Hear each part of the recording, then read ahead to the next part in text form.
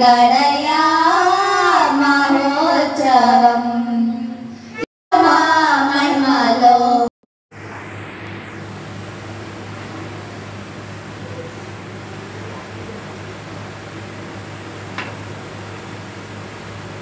దేవుని పరిశుద్ధ నామమునకు మహిమ కలుగునుగాక. మంచిది పిల్లరా, మరి ఇంతవరకు చక్కగా దేవునికి మహిమపరిచిన పిల్లలందరిని బట్టి దేవుడు వారిని దీవించి ఆశీర్వదించునుగాక. హల్లెలూయా. మంచిది, మనం ప్రాముఖ్యమైన సమయంలోకి వచ్చాయి బట్టి దేవుని వాక్యాన్ని మనము ధ్యానం చేసుకుందాం. Praise Lord. దేవుని వాక్య లేఖనాలలోనికి మనం వెళ్ళిపోదాం. కీర్తన గ్రంథము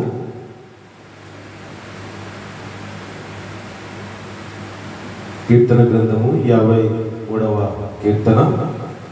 పరిశుద్ధ గ్రంథం ఉన్న వారందరూ తెలిసి చూడవలసిందిగా ప్రభు పేరిట తెలియజేస్తూ ఉన్న కీర్తన గ్రంథము 53వ కీర్తన 1 నుండి 7 వరకు 6 వచనాలు ఉన్నాయి. మరి ఆ 6 చరణాలు మనం చదువుకుందాం. 53వ కీర్తన 1 నుండి 6 చరణాలు చదువుకుందాం. దేవుడు లేడని బుద్ధిహీనులు తమ హృదయములో అనుకొందురు. వారు చెడిపోయిన వారు అసహ్య కార్యములు చేయుదురు. మేలు చేయవాడొకడును లేడు. వివేకము కలిగి దేవుని వ్యక్తికి వారు కలరేమో అని దేవుడు ఆకాశము నుండి చూచి నరులను పరిశీలించాడు. వారందరూ దారి తొలగి బొత్తిగా చెడి ఉన్నారు. ఒకడును తప్పకుండా అందరూ చెడి ఉన్నారు. మేలు చేయవారెవరునూ లేరు, ఒకడైనను లేడు. దేవునికి ప్రార్థన చేయక ఆహారము మింగినట్లుగా నా ప్రజలు మృంగు పాపాత్ములు. తెలివి లేదా భయంకరము లేని చోట వారు భయంకరులై నన్ను ముట్టడి వేయి వారి ఎముకలను దేవుడు చెదరగొట్టి ఉన్నాడు. దేవుడు వారిని ఉపేక్షించను గనక నీవు వారిని సిగ్గుపరిచితివి. సియోనులో నుండి ఇశ్రాయేలునకు రక్షణ కలుగునుగాక. దేవుడు చెరసాలలో ఉన్న తన ప్రజలను రప్పించినప్పుడు యాకోబు హర్షించును, ఇశ్రాయేలు సంతోషించును. దేవుని మాటల ద్వారా ప్రతి బిడ్డను ఆదరించి దీవించి బలపరుచునుగాక.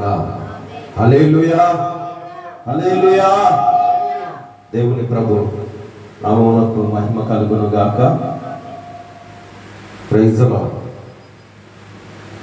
సర్వశక్తి పిల్లరా, ప్రార్థన చేసుకుందాం. అందరు తల వంచి కళ్ళు మూసుకున్నట్లయితే మరి చదవబడిన లేఖనాలను జ్ఞాపకం చేసుకుంటూ దేవుడు మాట్లాడులాగున పరిశుద్ధ సహాయముతో, పరిశుద్ధాత్మ సహాయంతో మరి దిన దేవుని సందేశాన్ని మనం విందాం. మనందరూ మోకరించి కళ్ళు మూసుకొని ప్రార్థించుకుందాం. మన మధ్యలో ఉన్న మరి పెద్దలు జోసెఫ్ గారు ప్రార్థన చేస్తారు. వాక్య నిమిత్తమై క్లుప్త ప్రార్థన సమయమును సద్వినియోగం చేసుకుంటూ ముందు కొనసాగుదాం. ప్రార్థన చేసుకుందాం. కళ్ళు మూసుకుని మహాపరిశుద్ధుడా, పరలోక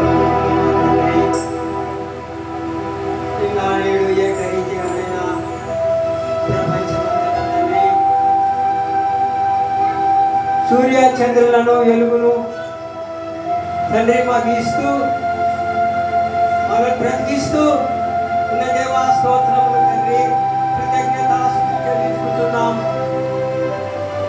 నయా ఈ సమయంలో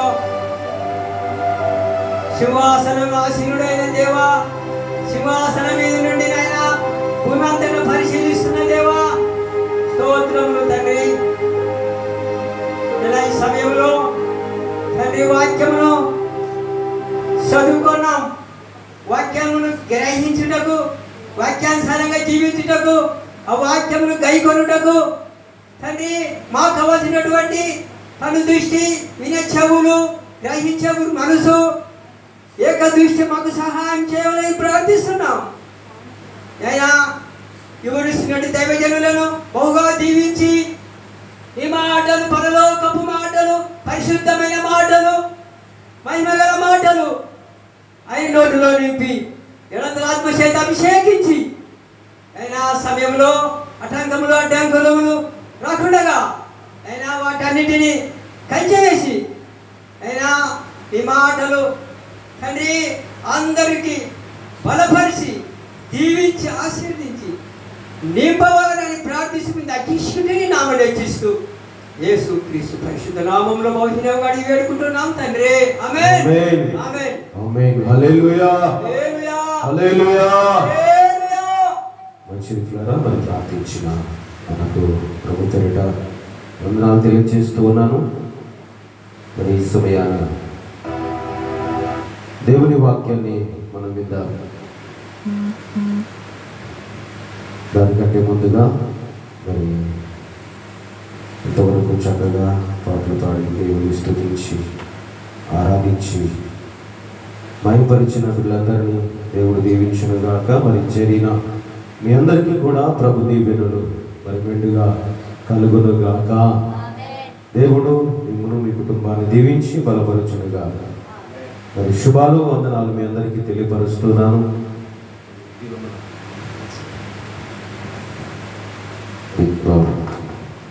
హల్లెలూయా. స్తోత్రం.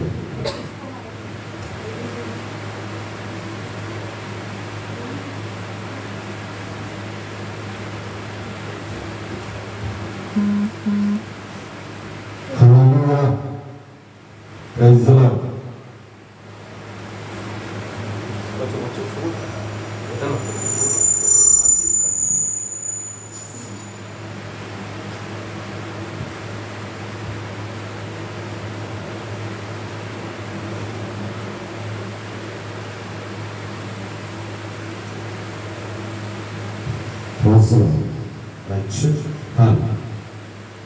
హల్లెలూయా.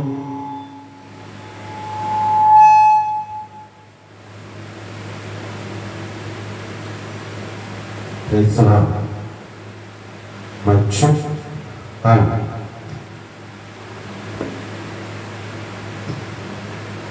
హల్లెలూయా.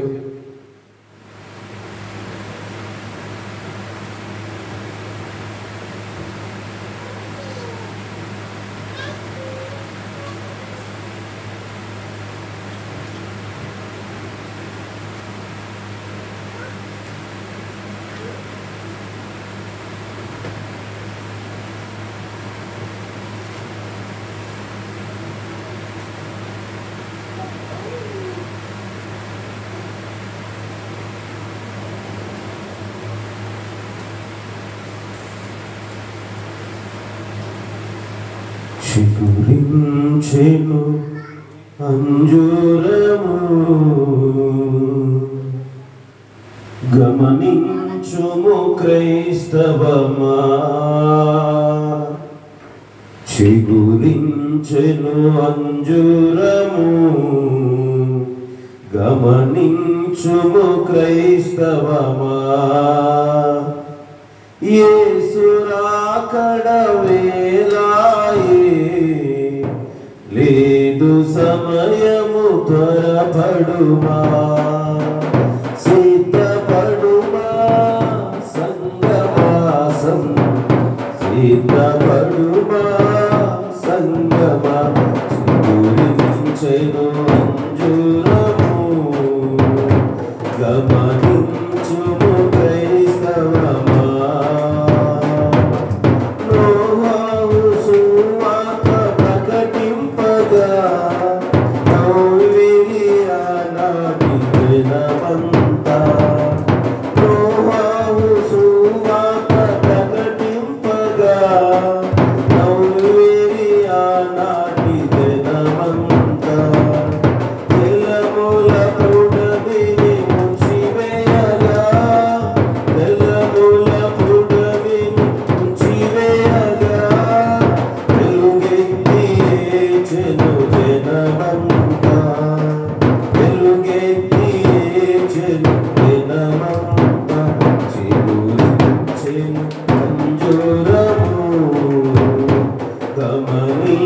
కరుణించుము క్రైస్తవమా. లోకంతో బతిమాలి పంచిన లోబడలేదు నాడెవ్వరు. లోకంతో బతిమాలి సాధించిన లోబడలేదు నాడెవ్వరు. ప్రళయాగ్ని పట్టణములు కాల్చివేయగా, ప్రళయాగ్ని పట్టణములు కాల్చివేయగా, విలపించిరానాడు ఘోరముగా, విలపించిరానాడు ఘోరముగా. చిగురించెను అంజూరము గమనించుము క్రైస్తవమా. చిగురించెను అంజూరము గమనించుము క్రైస్తవమా. దేవునికి స్తోత్రం. హల్లెలూయా. మంచిది ప్రియమైన దేవుని సంగమా, మరి ఈ దిన దేవుని సందేశాన్ని విందాం. ఈ దిన దేవుని సందేశము శిక్షించుటకు సమర్థుడు, విడిపించుటకు కారకుడు ఎవరు? మరి ఇది నా దేవుని సందేశం ద్వారా మనం కొన్ని విషయాలను నేర్చుకుందాం. పిల్లరా, జనము, సమూహము, సమాజము వేరువేరు పదములతో పిలుచుకున్నప్పటికీ అర్థం ఒకటే అని మనము గ్రహించాం. జనములన్నా, సమూహము అన్నా, సమాజము అన్నా అంతా ఒకటిగానే మరి పిలువకూడదు. అయితే వీటిలో వ్యతిరేకత అనేది దేవునికి ఉండకూడదు. వీటితో వ్యతిరేకత అనేది దేవునికి ఉండకూడదు. ఎందుకంటే పిల్లరా, మూర్ఖంగా, మొండిగా, బుద్ధిహీనతగా, కలహములు రేపేవాడిగా, క్రోధములు పెంచేవాడిగా, భక్తిహీనతగా, అజ్ఞానముగా ఉండరాదు. ఎందుకంటే సమూహము, సంఘము, సమాజము దేవునికి వ్యతిరేకంగా ఉంటే ఈ లక్షణాలు, ఈ స్వభావాలు మనుషులలోనికి వస్తాయి. మూర్ఖంగా ప్రవర్తిస్తారు, మొండిగా ఉంటారు, భక్తిహీనతగా ఉంటారు, బుద్ధిహీనతలో ఉంటారు, కలహములు రేపేవాడిగా ఉంటారు, క్రోధం అనగా కోపం పెంచేవారిగా ఉంటారు, అజ్ఞానము, జ్ఞానం కలిగి ప్రవర్తించని జనాంగంగా ఉంటారు. ఇవన్నీ దేవునికి వ్యతిరేకమైనవి. అందుకే ఈ 3 విషయాలు, ఈ 5 విషయాలు మరి జ్ఞాపకం చేసుకునేవి వరగా ఉండాలి. వీటిలో ఏ ఒకటి ఉన్నది దేవునికి వ్యతిరేకత అని గ్రహించాలి. అందుకే పిల్లరా, ఈ మాటల్లో దేవునికి వ్యతిరేకంగా ఉంటే దేవుని ఉద్దేశాలు నెరవేర్చబడవు. మూర్ఖంగా ప్రవర్తించినా కానీ, మొండిగా ఉన్నా కానీ, బుద్ధిహీనతగా నడుచుకున్నా కానీ, కలహములు రేపేవారిగా ఉన్నా కానీ, క్రోధములు పెంచేవారిగా ఉన్నా కానీ, భక్తిహీనతగా ఉండేవారి కానీ, అజ్ఞానంగా నడుచుకునేవారి కానీ, మరి దేవుని ఉద్దేశాలు ఎవరు నెరవేర్చారు. ఒకవేళ ఉంటే దేవుని శిక్షకు కారకులవుతారు. దేవుని శిక్ష మరి పొందలేని వారిగా నడుచుకుంటారు. అందుకే పిల్లరా, దేవుని శిక్ష ఎవరి మీదకి వస్తుందంటే ఇలాంటి లక్షణాలు కలిగిన వారి మీదకి దేవుని శిక్ష వస్తుంది. దేవుని శిక్ష వారి మీద వచ్చినప్పుడు దాన్ని విడిపించేది ఎవరు? అందుకే పిల్లరా, శిక్షించుటకు సమర్థుడు, విడిపించుటకు కారకుడు ఎవరు అని దినాన్ని మనం ప్రశ్న వేసుకుంటే దేవుని లేఖనాలు చదివిస్తున్న విషయాన్ని మనం జ్ఞాపకం చేసుకుందాం పిల్లరా. ఎందుకంటే దేవుడు సర్వశక్తి గలవాడని మొదటిగా మనం గ్రహించాలి. ఎప్పుడు దేవుని శక్తిని ఈ లోకము గ్రహిస్తుందో మనుషులలో మార్పు మొదలవుతూ ఉంది. దేవుడు వేసే శిక్షకు ఎవరు కారకులు కారు. ఆయన వేసే శిక్ష అంగీకరించి నా మేలు కోసమే అని దేవునికి లోబడే మనసు అనేది పొందుకోగలుగుతారు. అందుకే ప్రియమిత్రులారా, ప్రభు అయిన యేసుక్రీస్తుల వారు లేఖనములు సెలవిస్తున్నది ఏంటంటే, ఆయన శిక్షను ఎవరు తృణీకరించకండి. ఆయన శిక్షను ఎవరు తృణీకరించకండి. చూడండి, సామెతల గ్రంథాన్ని మనం ఒకసారి జ్ఞాపకం చేసుకుంటే పిల్లరా, 3వ అధ్యాయం 12వ వచనం చదువుకున్న తదుపరి ఆ పై వచనం 11 చదువుకుందాం. తండ్రి తనకు ఇష్టుడైన కుమారుని గద్దించు రీతిగా యెహోవా తాను ప్రేమించిన వారిని గద్దించు. 11వ వచనం చదువు. ఇప్పుడు నా కుమారుడా, యెహోవా శిక్షను తృణీకరింపవద్దు, ఆయన గద్దింపునకు విసుకవద్దు. దేవునికి స్తోత్రం, హల్లెలూయా. చూడండి ప్రియమైన దేవుని బిడ్డలారా, ఇక్కడ తెలియచేయబడిన మాట ఏమిటంటే, ఒక్కని తండ్రి. ఈ లోకములో తండ్రులనబడిన వారు శరీరానుసారంగా మరి తండ్రులుగా ఉన్నవారు చాలా మంది ఉన్నారు. ఎవరి కుటుంబంలో వారి పిల్లలకు వారే తండ్రి అనే బాధ్యతను వహిస్తున్న వారు ఉన్నారు. అయితే ఆ తండ్రులు తమకిష్టం వచ్చిన కుమారులను కావచ్చు, కుమార్తెలను కావచ్చు, వారు ఏం చేస్తారు? అమితంగా ప్రేమిస్తారు, ఎక్కువగా ఆదరిస్తారు. వారికి ఏది కావాలన్నా కొనిపెడతారు. ఏది అడిగినా కాదనకుండగా వారి మీద ఉన్న ప్రేమతో వారికి పంచిస్తారు. అలాగున అంటే అందులో కనబడుతున్న విషయం ఏమిటి? ప్రేమ. ఎందుకంటే ఇష్టమైన వారు కదా. అదే వీధిన పోయే వారిని ప్రేమిస్తారు అదే తండ్రి? ప్రేమిస్తాడా? ప్రేమించడు.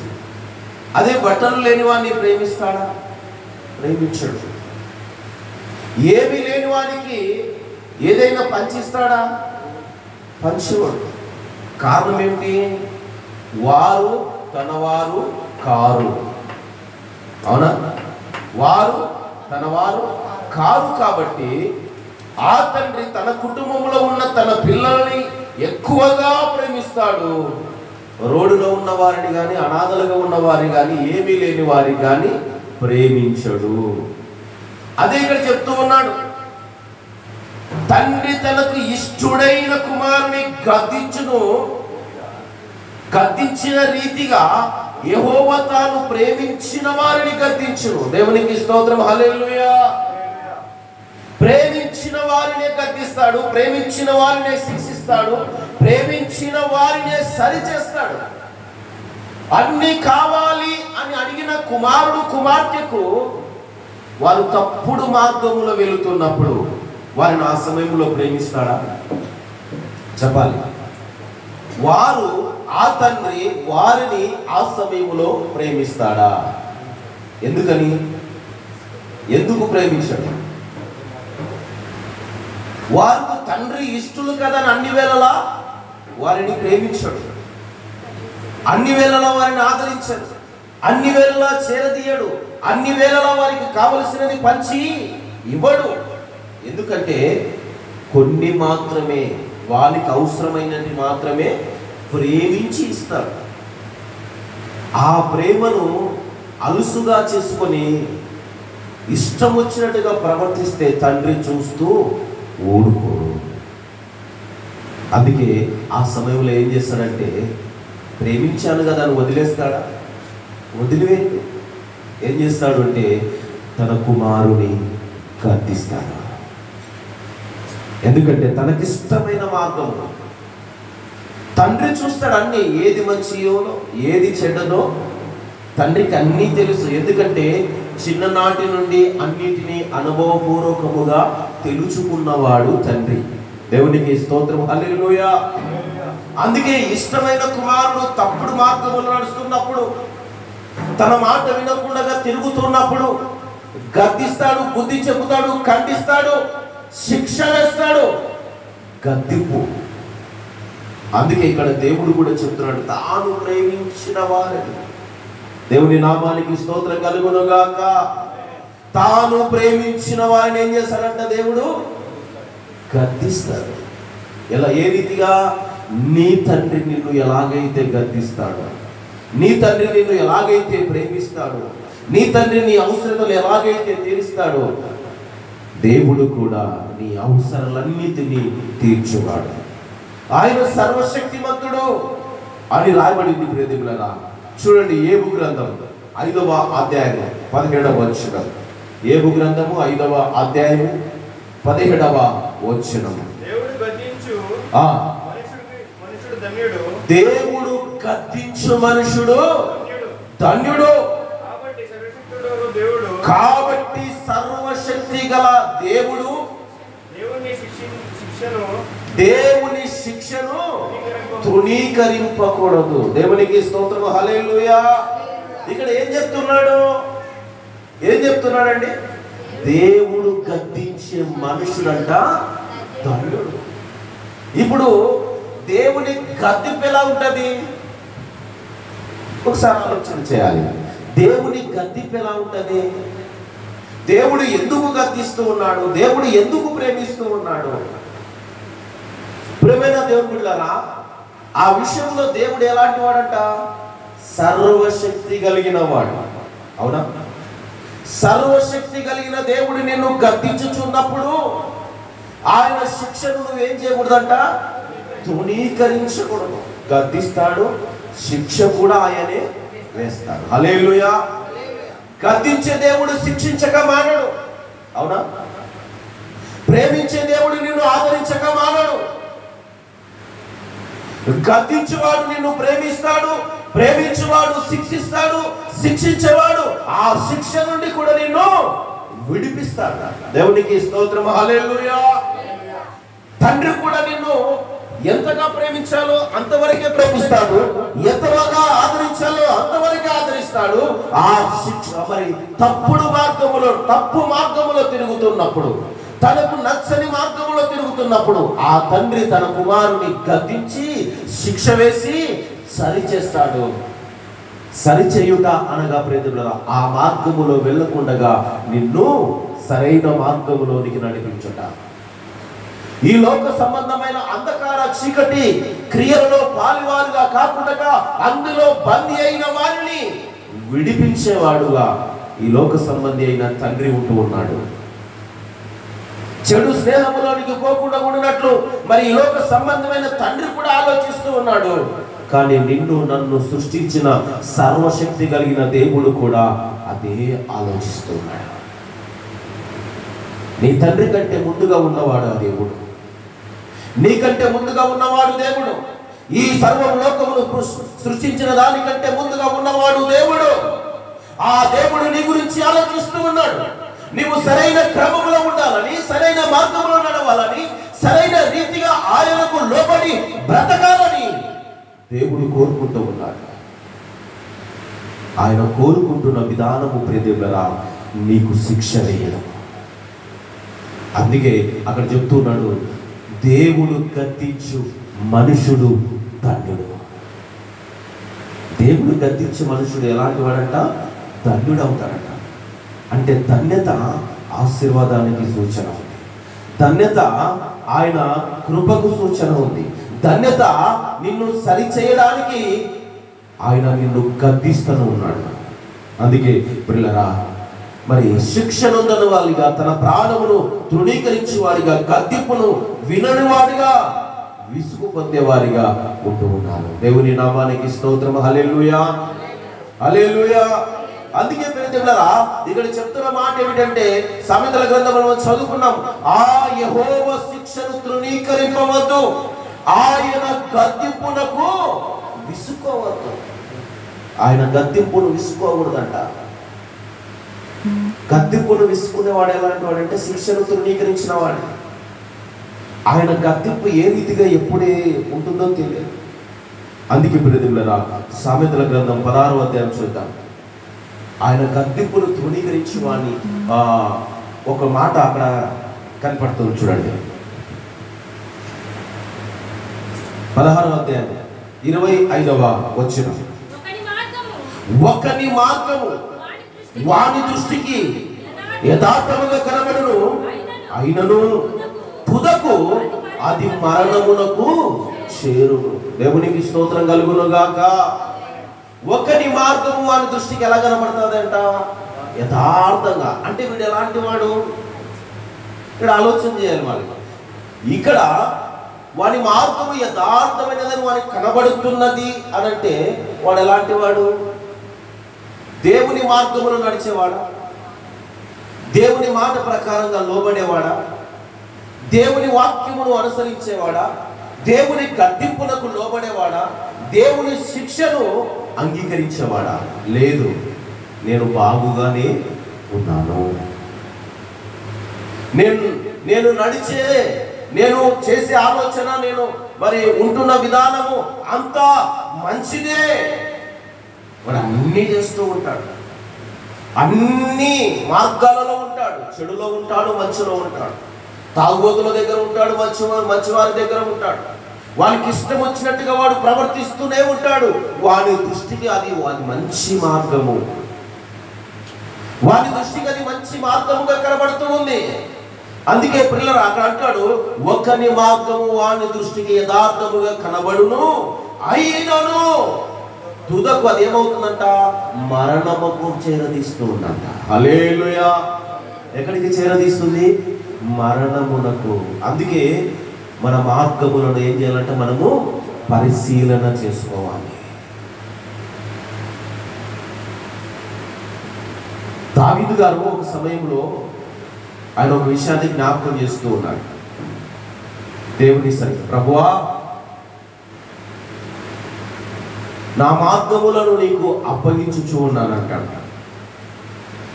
నీ ఎదుట నా మార్గములు చక్కబరుచుకుంటున్నాను అని అంటాడు. కారణం ఏంటి? నా మార్గములు నీ ఎదుట నేను చక్కబరుచుకుంటున్నాను అని అంటే అప్పటికి తన మార్గములు ఎలా ఉన్నాయి?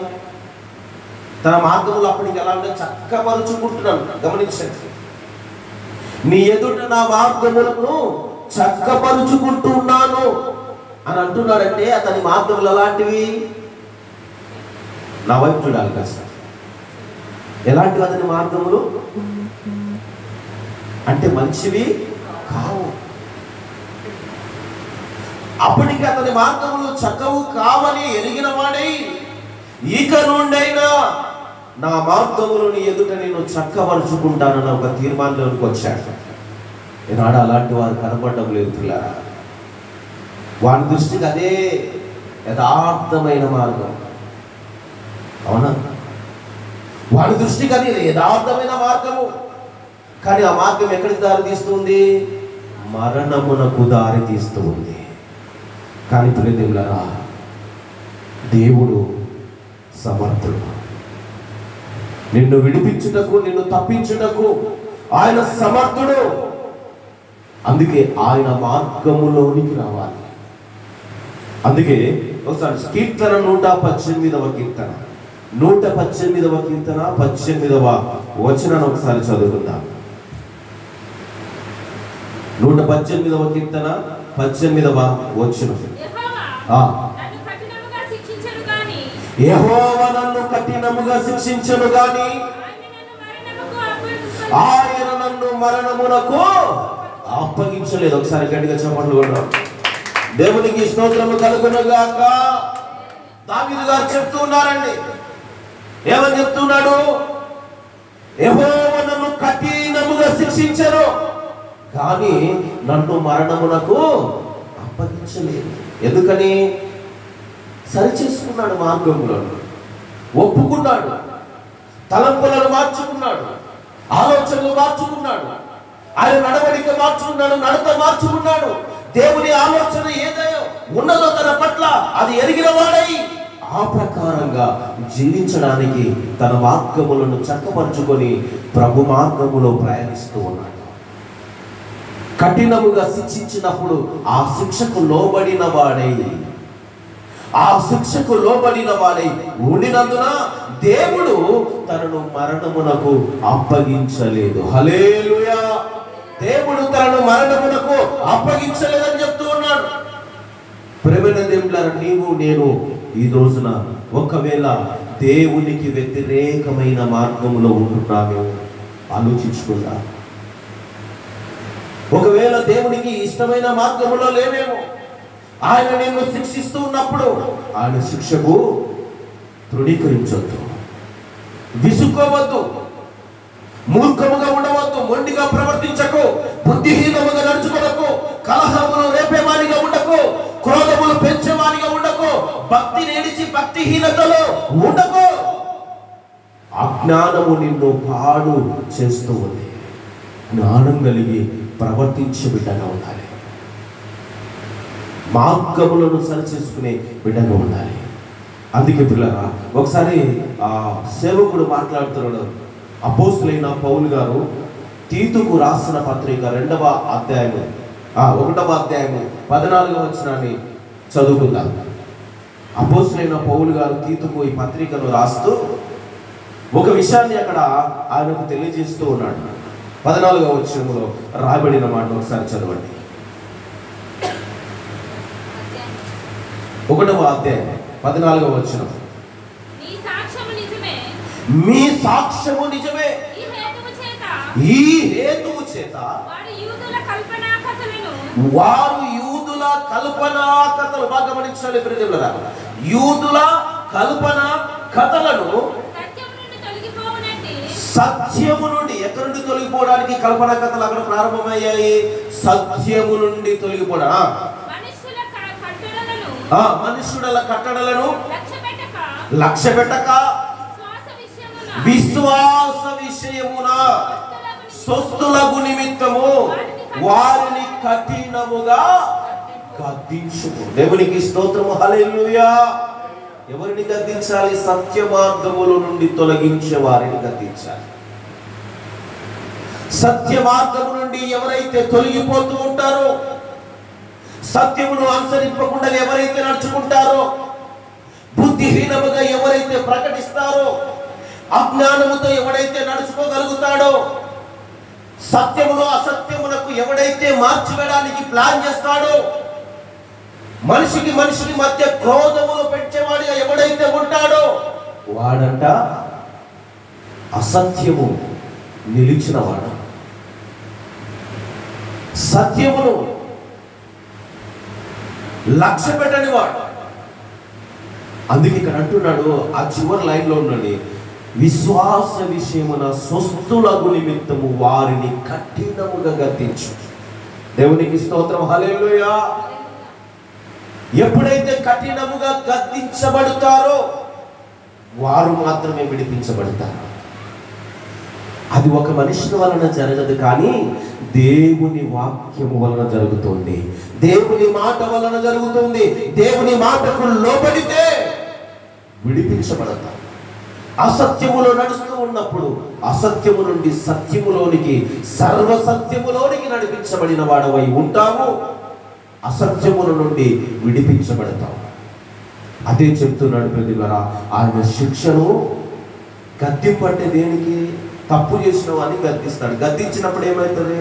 వానికి ఒక పరిష్కారంగా ఒక శిక్ష వానికి విధించబడతాయి. వానికి శిక్ష వేసినప్పుడు ఆ వ్యక్తి ఎలా ఉంటాడు? విచారంలోనికి వెళ్ళిపోతాడు. విచారంలోనికి వెళ్ళిపోయినప్పుడు, విచారంగా ఉండినప్పుడు తన ఆలోచనలు మార్చి వేసుకుంటాడు, తన తలంపులను మార్చి వేసుకుంటాడు. ఆ శిక్ష అతనిని సరిచేస్తూ ఉంది. అందుకే దేవుడు శిక్ష వేయడానికి కారణం, గద్దించడానికి కారణం ఏంటంటే, ఒక మనిషి తన మార్గములను, ప్రవర్తనలను, నడతలను సరిచేసుకోవడానికి, ఆలోచనలను, తలంపులను మానివేసుకోవడానికి దేవుడు గద్దిస్తాడు. ఆయన గద్దించడకు, ఆయన శిక్ష వేయుటకు సమర్థుడైన వాడు. నిన్ను విడిపించుటకు ఆయనే కారకుడై ఉన్నాడు. హల్లెలూయా. ప్రియమైన దేవుని బిడ్డలారా, 1 కొరింథీయులకు రాసిన పత్రిక 10వ అధ్యాయము 13వ వచనాన్ని ఒకసారి చూద్దాం. దేవుడు నిన్ను సరి చేయడానికి మాత్రమే శిక్ష వేస్తాడు, నిన్ను మరి మరణమునకు అప్పగించాడు. 10వ అధ్యాయం 13వ వచనం, మొదటి కొరింథీయులకు రాసిన పత్రిక. ఇక్కడ చెప్తున్నాడు, సాధారణముగా చెప్పవచ్చు మనుషులకు కలుగు శోధన తప్ప. బాగా గమనించండి పిల్లరా, ఈ మాట అక్కడ ఏమనుంది? మనుషులకు కలుగు శోధన. అది ఎంతవరకు ఉంటది అక్కడ చెప్తున్నాడు. చదువు. మరి ఏది మీకు సంభవింపలేదు, దేవుడు నమ్మదగినవాడు, మీరు సహింపగలిగినంత కంటే ఎక్కువగా ఆయన మిమ్మును శోధింపనివ్వడు. హల్లెలూయా. సాధారణంగా చెప్పవచ్చు అని చెప్తే అక్కడ ఏమంటున్నాడంటే, మనుషుడు ఎంత శోధన అనుభవించగలడో అంత శోధన మాత్రమే పెడతాడు, అంత మాత్రమే ఆయన శిక్షిస్తాడు, అంత మాత్రమే నిన్ను పరీక్షిస్తాడు, అంతవరకే ప్రాణ మరి పోయేంత వరకు చేయడు ఆయన. ఎందుకంటే ఆయన నమ్మదగిన వాడు, ప్రేమ కలిగిన వాడు, సర్వశక్తిమంతుడు, కరుణా సంపన్నుడు. అందుకే మనుషులకు ఎంత శోధన పెడితే వారు భరించగలుగుతారు, ఆ భరించిన దానిలో నుండి మంచి ఆలోచన చేసుకొని ఆయన వైపు తిరగగలుగుతారు అని వారికి ఒక శోధన పెట్టేస్తాడు. ఆ శోధన ఎరిగిన వాడు ఇది దేవుని నుండి నాకు కలిగినది అని గ్రహించి, ఆ శోధన ఎందుకు వచ్చింది, ఈ శోధన ద్వారా నేను ఎందుకు ఈ శిక్షను అనుభవిస్తూ ఉన్నాను అని గ్రహించిన వాడిగా ఉంటే వాడు విడిపించబడతాడు. అందుకే చెప్పాడు కదా, మీరు సహింపగలిగిన దాని కంటే ఎక్కువగా ఆయన మిమ్మును శోధింపనివ్వడు. ఇప్పుడు యోబు గారిని జ్ఞాపకం, శోధన అంటే ఇక్కడ యోబు గారిని మనం జ్ఞాపకం చేసుకున్నాం. యోబు గారు ఏం చెప్పాడు? యోబు గారు సాతానును అప్పగించేశాడు కదా, సాతానుకు యోబుని అప్పగించేశాడు, అపవాదికి అప్పగించేశాడు. ఒక మాట చెప్పాడు అక్కడ. ఆయన చెప్పిన వాడు, నువ్వు ఏమైనా చేసుకోరా బాబు, కానీ అతను ప్రాణము మాత్రము తీయద్దు, నువ్వు ఏమైనా చెయ్యి అంటే. ఇప్పుడు ఏం చేశాడు? పరీక్ష పెట్టాడు అక్కడ. ఎవరికి? సైతానుకా? ఎవరికి పెట్టాడు పరీక్ష? యోబుకు పరీక్ష. ఎందుకు పరీక్ష? ఏ భక్తిపరుడు కాదా? ఒకసారి చూడండి, ఒకసారి యోబు గ్రంథాన్ని ఒకసారి తీయండి, మొదటి అధ్యాయం తీయండి, 2వ వచనం చదవడమ్మా. యోబు గ్రంథము 1వ అధ్యాయం 2వ వచనంలో చూడండి, ఆయన ఎలాంటి వాడు చెప్తున్నాడు అక్కడ. మొదటి వచనం చదవండి. ఊజు దేశమందు యోబు అని ఒక మనుష్యుడు ఉండెను, అతడు ఎవరంట?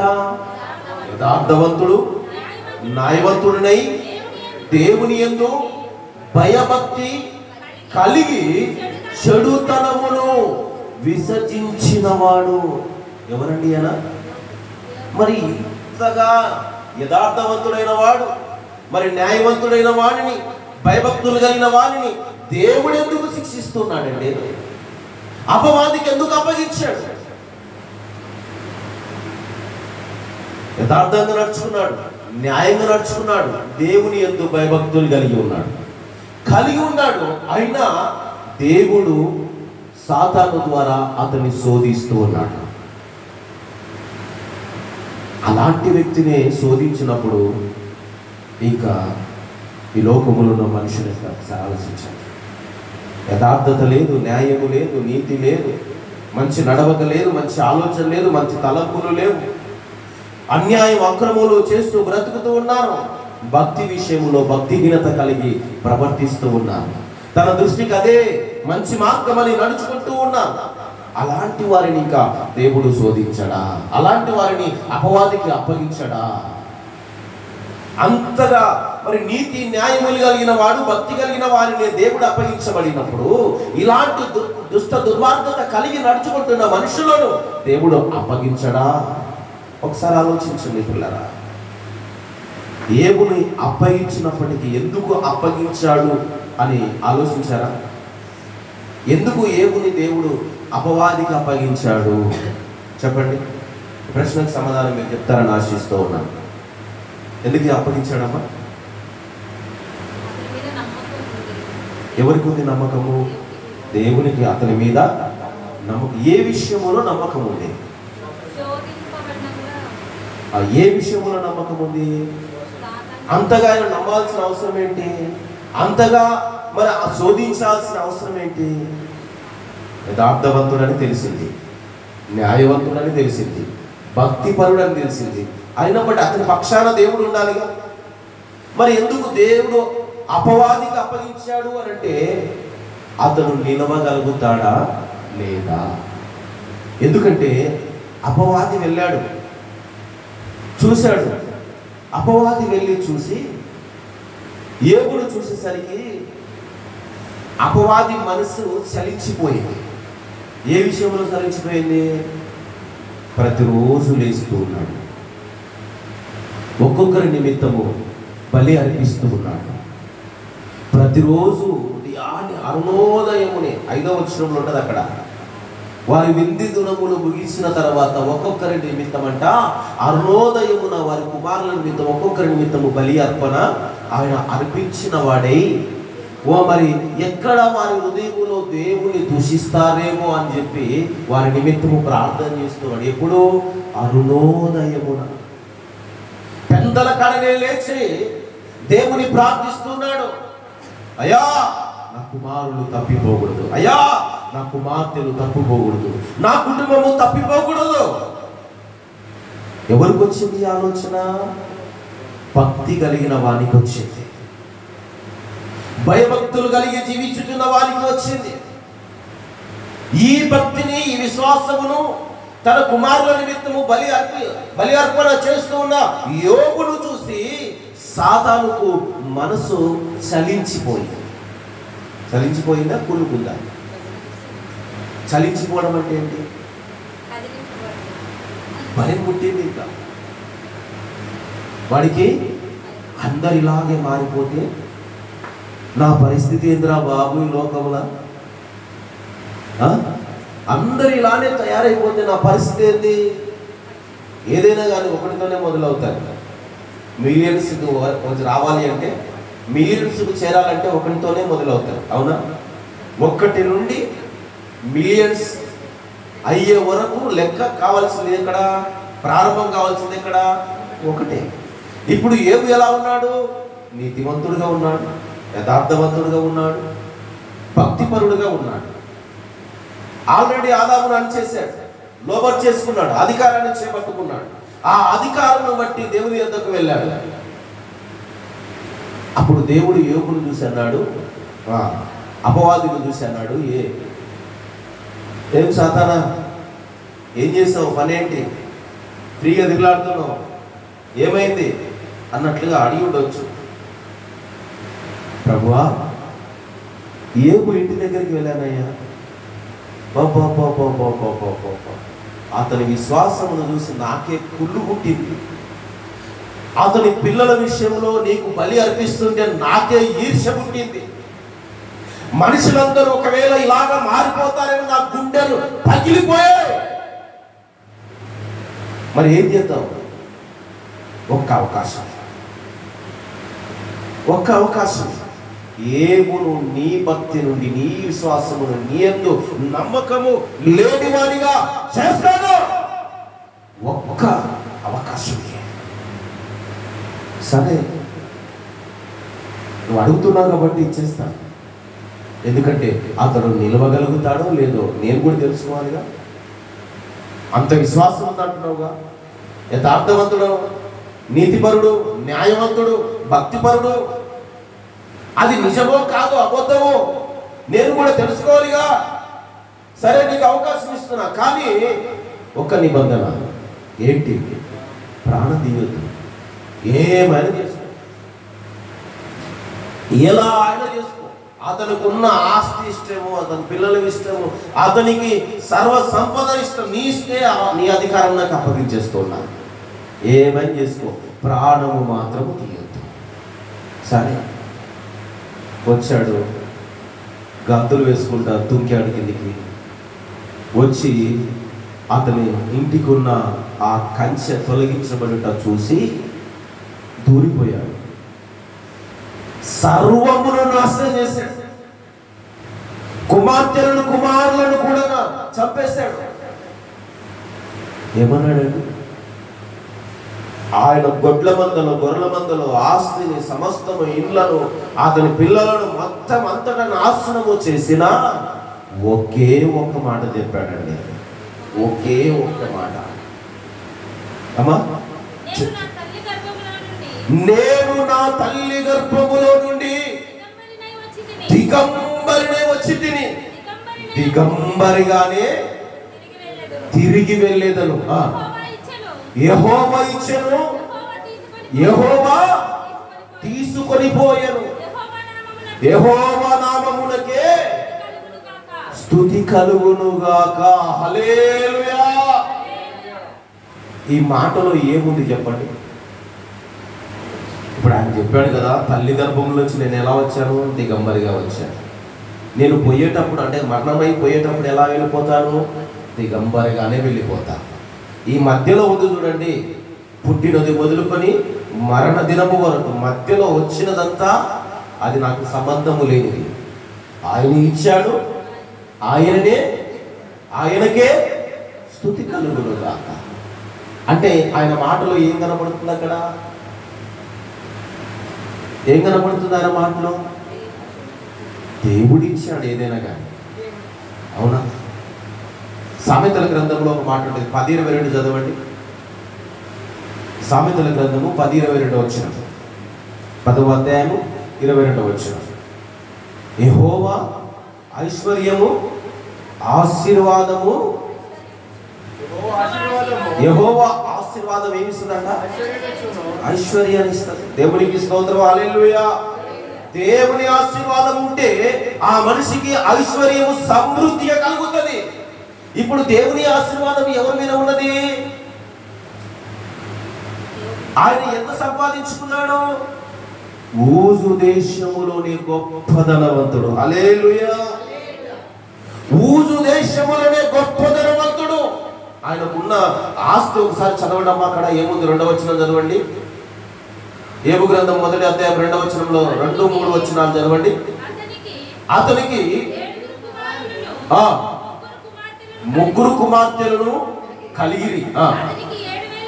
అతనికి 7,000 గొర్రెలను, 3,000 ఒంటెలను, 500 జతల ఎడ్లను, 500 ఆడుగాడిదలు కలిగి బహుమంది పనివారు అతనికి ఆస్తిగా ఉండెను కనుక తూర్పు దిక్కు జనులందరిలో అతడే గొప్పవాడిగా ఉండెను. దేవునికి స్తోత్రం. హల్లెలూయా.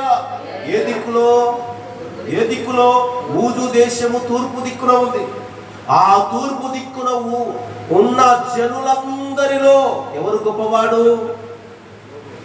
యోబు గారు గొప్పవాడు. ఏ విషయంలో గొప్పవాడు? ఏ విషయంలో? అన్నిటిలో గొప్పవాడు. న్యాయమును జరిగించిన విషయంలో గొప్పవాడు. యథార్థంగా నడుచుటలో గొప్పవాడు. దేవుని యందు భయభక్తులు కలిగి జీవించుటలో గొప్పవాడు. దేవుడు ఆ రీతిగా ఆశీర్వదించినప్పుడు ఆయన ఈ లోక సంబంధమైన ఆశీర్వాదములో కూడా గొప్పవాడుగా కనబడ్డాడు. సరే, గొప్పవాడు కదా, అవన్నీ ఉన్నందున మరి దేవుని స్తుతించాడు, ఆరాధించాడు, దేవుని మహిమపరిచాడు అనుకుందాం. కానీ అంత పోయాయిగా, మొత్తం పోయాయి. మొత్తం పోయినప్పుడు ఏమనాలి? ఏమనాలి? ఈ దేవుని గుడికి రాళ్ళు కొట్ట నా మీద పడాలా అనేవారు లేరా? నాకే జరగాల? కష్టపడి సంపాదించుకున్నా నేను, ఇదంతా నేను కష్టపడి సంపాదించుకున్నా. ఎలా సంపాదించావు? అన్యాయం చేసావు, అక్రమాలు చేసావు, ఒకరిని దోచుకున్నావు. ఇవన్నీ చేయటం వలన సంపాదించుకున్నావు. చివరికి ఏమంటున్నావు? మొత్తం పోతే దేవుని గుడికి రాను కొట్ట, దేవునికి మారెమ్మరాను, పోయమ్మరాను, ఆయమ్మరాను, ఈయమ్మరాను, ఇంకొక ఆయమ్మ కూడా రాను. కానీ ఇవన్నీ అనేవారు ఎవరు? ఇవన్నీ అనేవారు? అంటే నేను సంపాదించుకుంటే ఇవన్నీ తీసేశాడు అంటే వీళ్ళ మనసు ఎలా ఉంది? ఇప్పుడు ధనాపేక్ష కలిగి పరుగులు తీస్తుంది. భక్తి లేదు, యథార్థత లేదు, నీతి లేదు, న్యాయము లేదు, అంత అక్రమమే. అందుకే నీ క్రియలు నేను ఎరుగుదును అంటాడు దేవుడు. కానీ ఇక్కడ యోబు క్రియలు కూడా ఎరిగాడు దేవుడు. అందుకే ఏం చేశాడు? ఇవన్నీ ఉన్నందుకే కదా, అవన్నీ ఒకసారి తీసేస్తే మరి దేవుడు ఏమన్నా దూషిస్తాడేమో. బలి అర్పిస్తున్నాడు రోజు వాళ్ళందరి నిమిత్తమా, మరి ఏమి లేని వారుగానే చేస్తే దేవుని దూషిస్తాడేమో, దేవునికి దూరస్తులు అవుతాడేమో, దేవుని యందు భయభక్తులు లేనివాడు అవుతాడేమో అని ఒక ప్లాన్ చేసి దేవుని దగ్గర పర్మిషన్ లెటర్ రాసుకుని వచ్చి ఏం చేశాడు? ఇదిగో ఏవో మరి నువ్వు నా అధికారంలోనికి రావాలి, మరి దేవుని దగ్గర నేను పర్మిషన్ తీసుకున్నాను. ఏమేమంటాడు అప్పుడు? దేవుడే పర్మిషన్ ఇచ్చాడు కదా, మరి నీ మాట వింటలే అపవాది అంటాడా? విన్నాడు. కలెక్టరే అవునండి, కలెక్టరే పనిచేసేవాడు. ఆయన ఏమైనా చేయడానికి సమర్థుడు, శిక్షించడానికైనా సమర్థుడే, ఆ శిక్ష నుండి విడిపించడానికైనా సమర్థుడే. ఎందుకంటే సర్వాధికారాలు ఎవరికున్నాయి? పనివాడు తప్పు చేస్తే కలెక్టర్ ఏదైనా చేయొచ్చు. అదే దొంగ తప్పు చేస్తే ఎస్పీ ఏమైనా చేయొచ్చు. అవునా? జిల్లా ఎస్పీ గారు ఏమైనా చేయొచ్చు దొంగ. ఎందుకంటే అన్ని రైట్స్ ఆయనకు ఉన్నాయి, అన్ని రైట్స్ కలెక్టర్కు ఉన్నాయి. మరి ఈ సర్వలోకమంతటిని సృష్టించిన సృష్టికర్తకు నీ మీద రైట్స్ లేవా? ఉన్నాయా లేదా? మరి ఆయన శిక్షను ఎందుకు తృణీకరిస్తూ ఉన్నారు? ఆయన శిక్షను వేసినప్పుడు ఎందుకు విసుక్కుంటూ ఉన్నారు? కానీ యోబు విసుక్కోలేదు. యోబు విసుక్కున్నాడా? ఎందుకంటే తప్పించేవాడు ఆయనే, శిక్ష వేయవాడు ఆయనే, ఆయన అన్నిటికీ మూల కారకుడు ఆయనే అని చెప్పేసి దేవుని శిక్షను, ఇది సాతాను శిక్ష కాదు, ఇది దేవుడు నాకు వేసిన శిక్షని ఆయన శిరసా వహించి దేవుడు దూషించకుండా, ఒకవేళ నాలో ఏదైనా కనబడిందేమో, గర్వం కనపడిందేమో, అతిశయం కనపడిందేమో, ఈ లోక సంబంధమైన జీవితము నేను జీవించడానికి ఇష్టపడ్డానేమో అనుకున్నాడేమో, ఆ సమయంలో ఏ శోధన వచ్చినా ఎదుర్కొనిన వాడై నిలబడగలిగాడు. దేవుడు దూషించలేదు. సమస్తమును కోల్పోయాడు. ఒకే మాట చెప్పాడు, సమస్తం ఆయన నాకు ఇచ్చాడు, ఆయన తీసుకున్నాడు, ఆయనకే మహిమ కలుగునుగాక అన్నాడు. హల్లెలూయా. ఇట రాదులే అని చెప్పేసి మరొకసారి ఎవరి దగ్గరికి వెళ్ళాడు? అపవాది ఎవరి దగ్గరికి వెళ్ళాడు? భార్య దగ్గరికి వెళ్ళాడు. భార్య దగ్గరికి వెళితే భార్య ఒక మాట చెప్తూ చూడండి, 2వ అధ్యాయం 10వ వచనం అనుకుంటాను. 2వ అధ్యాయం 10వ వచనం ఒకసారి చదవడమ్మా. 9 కానీ 10 కానీ. అతని భార్య వచ్చి, నీవు ఇంకాను యథార్థతను వదలకుందువా, దేవుని దూషించి మరణము కమ్ము. ఎవరంటే మాట చెప్పింది? ఎవరు? భార్య. యోబు భార్య. యోబు ఎలాంటి వాడో తెలిసింది, యోబు ఎలా ఉంటున్నాడో తెలుసు. సమస్తము కోల్పోయినా కూడా ఇంకా దేవుని యందు భయభక్తులు మానలేని నీచమైన బ్రతుకుతున్నావా? దూషించా. దేవుడేగా నీకు అన్యాయం చేశాడు, దేవుడేగా నేను బాధ పెట్టాడు, దేవుడేగా నేను గర్దిస్తున్నాడు, శిక్ష వేశాడు. ఇగో నీ ఒళ్ళంతా కురుపులు రావడానికి ఎవరు కారకుడు? దేవుడే కదా. దూషించు దేవుణ్ణి, మరణముగా చావు. ఇంకా బ్రతకడం ఎందుకు? నువ్వు బ్రతకడం ఎందుకు? ఇంకా ఇంత అసహ్యంగా నువ్వు ఉంటూ ఆ బూడిదలో పుచ్చుకొని చిల్ల పెంకు తీసుకొని ఆ రోజు గీక్కుంటా కూర్చోవలసిన అవసరం ఏంటి? మరణము కా దేవుని దూషించి అని భార్య వచ్చి మాట్లాడుతుంటే అక్కడ అంటాడు చూడండి యోబు గారు ఒక మాట దిమ్మ తిరిగిపోయింది ఆయన భార్యకు. చదువుదల మాట యోబు గారు మాట్లాడుతూ, అందుకతడు మూర్ఖురాలు మాట్లాడినట్టుగా మాట్లాడకు, మనము దేవుని వలన ఎన్నో మేలులను అనుభవించాము, కీడును అనుభవించ తగదు అని. మేలు చేసేవాడే కానీ కీడు చేయవాడు దేవుడు కాడు. ఎన్నో మేలు అనుభవించాం కదా. మూర్ఖురాలు మనం తెలివి లేదా, జ్ఞానము లేదా, బుద్ధి లేదా? ఇంత అనుభవించినప్పటికీ, దేవుడు నీకు ఎంతో మేలు చేసినప్పటికీ, ఈరోజు చిన్నపాటి శోధన రాగానే ఏమైపోయింది భక్తి విశ్వాసం? మూర్ఖురాలు మాట్లాడినట్టుగా మాట్లాడకు. దేవుని వల్ల మనం ఎంతో మేలు అనుభవించాం కదా. ఈ చిన్నపాటిని అనుభవించడానికి ఎందుకు ఇష్టపడుతున్నావు? నన్ను మరణము కమ్మంటూ ఉన్నావు. ఫస్ట్ నీవు మూర్ఖురాలుగా మాట్లాడొద్దువా? తన భార్యను గద్దించేశాడండి. అంటే ఆ విషయంలో ఎలా ఉన్నాడు ఆయన? తన భార్యని చెప్తున్న విషయం ఏమని చెప్తుంది? యథార్థతను, ఇంకా యథార్థతను వదలకుండా ఉన్నవా? ఇన్ని శ్రమలు వచ్చాయి, దేవుడు నిన్ను ఇంతగా శిక్షించినా మరి నీకు ఇంకా బుద్ధి రాలేదు. ఎందుకు ఆ యథార్థను పట్టుకుని ఉన్నావు? వదిలేయి, ఆ యథార్థతను విడిచిపెట్టు, దేవుడిని దూషించు. అలాగే ఈ రోజుల్లో అయితే ఉన్నారండి అలాంటి భార్యలు? ఉన్నారా? లేదు. ఎక్కడో చోట అరుదుగా కనబడతారు. అందరూ ఏగు భార్యల వలనే ఉన్నారు. అన్ని అనుభవిస్తారు, అన్ని సంతోషంగా స్వీకరిస్తారు. కొంచెం తక్కువ కాకండి ఏమవుతారు? ఆయన ఎవరంటే మహాకాళి ఇట్లా పెట్టింది కదా, ఆ టైం అయిపోతారు భార్య. పిల్లరా, ఈ విషయాన్ని ఎందుకు చెప్తున్నానో జ్ఞాపకం చేసుకో. ఎందుకంటే దేవుడు శిక్ష వేయువాడు. ఆ శిక్ష నుండి విడిపించుటకు కూడా దేవుడే కారకుడు. హల్లెలూయా. కాబట్టి పిల్లరా, జాగ్రత్తగా ఈ విషయం గమనించండి. అందుకే 118 అంటాడు, యెహోవా నన్ను కరుణించి శిక్షించను గాని ఆయన నన్ను మరణమునకు అప్పగించలేదు. దేవుడు శిక్షిస్తాడు. ఆ శిక్ష వలన ఇంకా నేను బలం పొందుకోవాలని కానీ, ఆ శిక్ష వలన నేను ఇంకా వృద్ధిలోనికి రావాలేమో, ఆ శిక్ష వలన నా యథార్థతలను నేను ఇంకా బలపరుచుకోవాలనేమో ఆయన శిక్ష వేసుకున్నాడు. కానీ మరణమునకు అప్పగించే దేవుడు కాడు. యథార్థవంతులను ఆయన వర్ధిల్ల చేయవాడు. దేవునికి స్తోత్రం. హల్లెలూయా.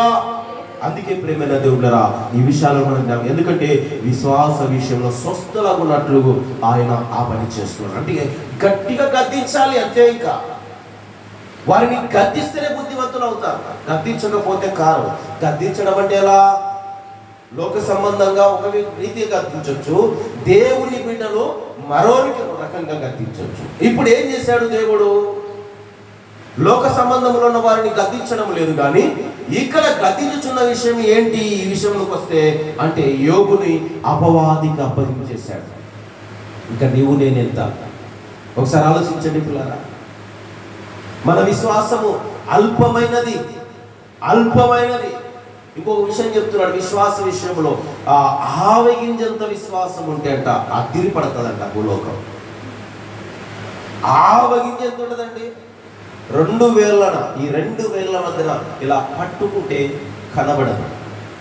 అవునా? కనబడుతుందా? అదేమన్నా పెద్ద టెంకాయనా పట్టుకోవడానికి? కనబడడానికి ఆవగింజ అంటే. ఆవగింజ ఎంత ఉంటుంది? సన్నగా ఉంటుంది.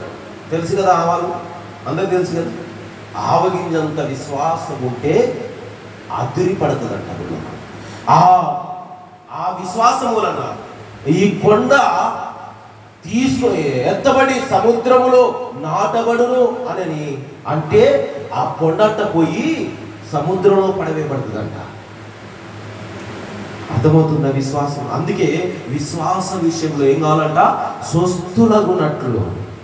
విశ్వాస విషయంలో స్వస్థులగునట్లు వారిని ఏం చేయాలంటే కఠినముగా గద్దించాలి. కఠినముగా. అవిశ్వాసములోనికి తొలగిపోయినప్పుడు, అవిశ్వాసములో నడుస్తున్నప్పుడు, అవిశ్వాసములతో జోడి కట్టినప్పుడు, వారితో సాంగత్యము చేస్తున్నప్పుడు, నీ విశ్వాసమును జరుపుకుంటున్నప్పుడు అప్పుడు దేవుని వాక్యము నిన్ను గద్దిస్తుంది. ఏదో సేవకుడు చూసి 4 మాటలు చెప్తాడే కానీ దేవుని వాక్యము పదే పదే గద్దిస్తూనే ఉంటుంది. హల్లెలూయా. కాబట్టి ప్రియదేవులారా, అక్కడ చెప్పబడిన మాట ఏమిటంటే మరణానికి దేవుడు అప్పగించడు, కానీ ఆయన ఏం చేస్తాడంట, కఠినముగా శిక్షిస్తాడంట. ఎందుకు? నీ బావు కోసమే, నీ మేలు కోసమే, నీ కుటుంబము ఆశీర్వదించబడటం కోసమే, నీ కుటుంబము మేలు దానిని పొందుకోవడం కోసమే ఆయన కఠినముగా శిక్షించువాడై ఉన్నాడు. ఎవరిని శిక్షిస్తాడు? అందరినీ శిక్షిస్తాడా? తండ్రి అందరినీ శిక్షిస్తాడా? తనకిష్టమైన వారిని ప్రేమిస్తున్నాడు కాబట్టి శిక్షిస్తాడు. ఎందుకంటే ఆయన ప్రేమ నుండి ఎక్కడ వాడు తొలగిపోతాడేమో, ఆయన ప్రేమ వారు ఎక్కడ పొందుకోలేమో అని చెప్పేసి ఆ కుమారుని కఠినముగా మాట్లాడి శిక్షించేస్తాడు. హృదయము గాయపడిన ఆ సమయంలో ఆ మాటకు మరి ఆ విధంగా మాట్లాడిన దాన్ని బట్టి ఆ కుమారులు కుమార్తెలు తెలుసుకోగలిగితే వారు సరి చేసుకోగలుగుతారు. అవునా కదా? సంఘం కూడా అంతే ప్రియదేవులారా. దేవుడు వాక్యము ద్వారా గద్దించినప్పుడు ఎందుకు ఈరోజు ఈ రీతిగా దేవుడు నాతో మాట్లాడాడు, ఎవరికి వారు అనుకోవాలి, ఎందుకు దేవుడు ఈరోజు నాతో మాట్లాడాడు?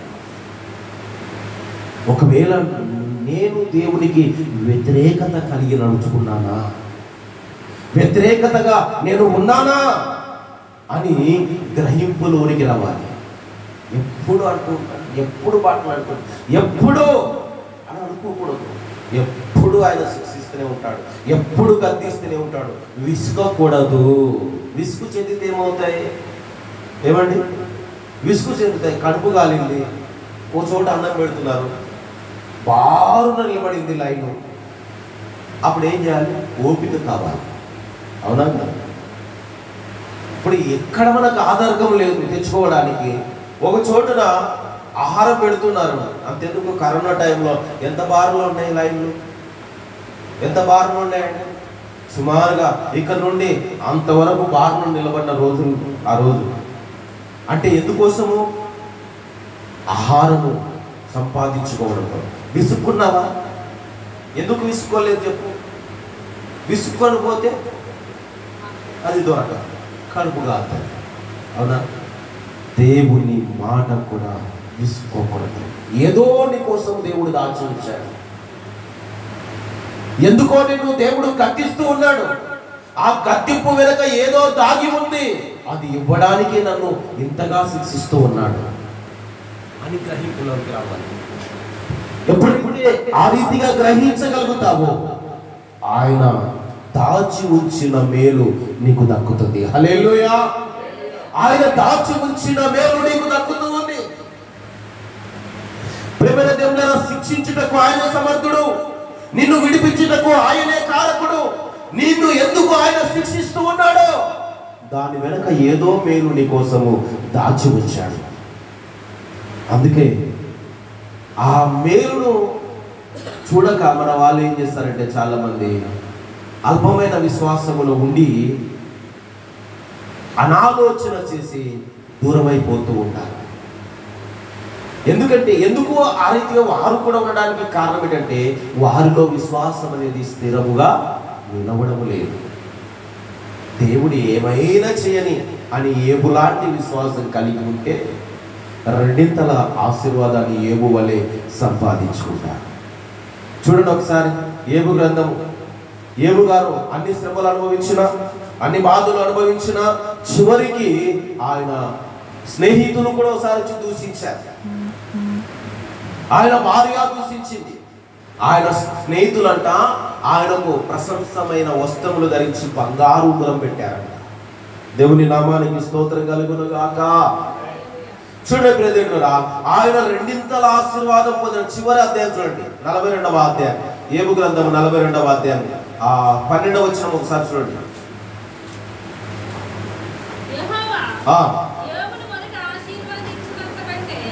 ఏం చెప్తున్నాడండి అక్కడ?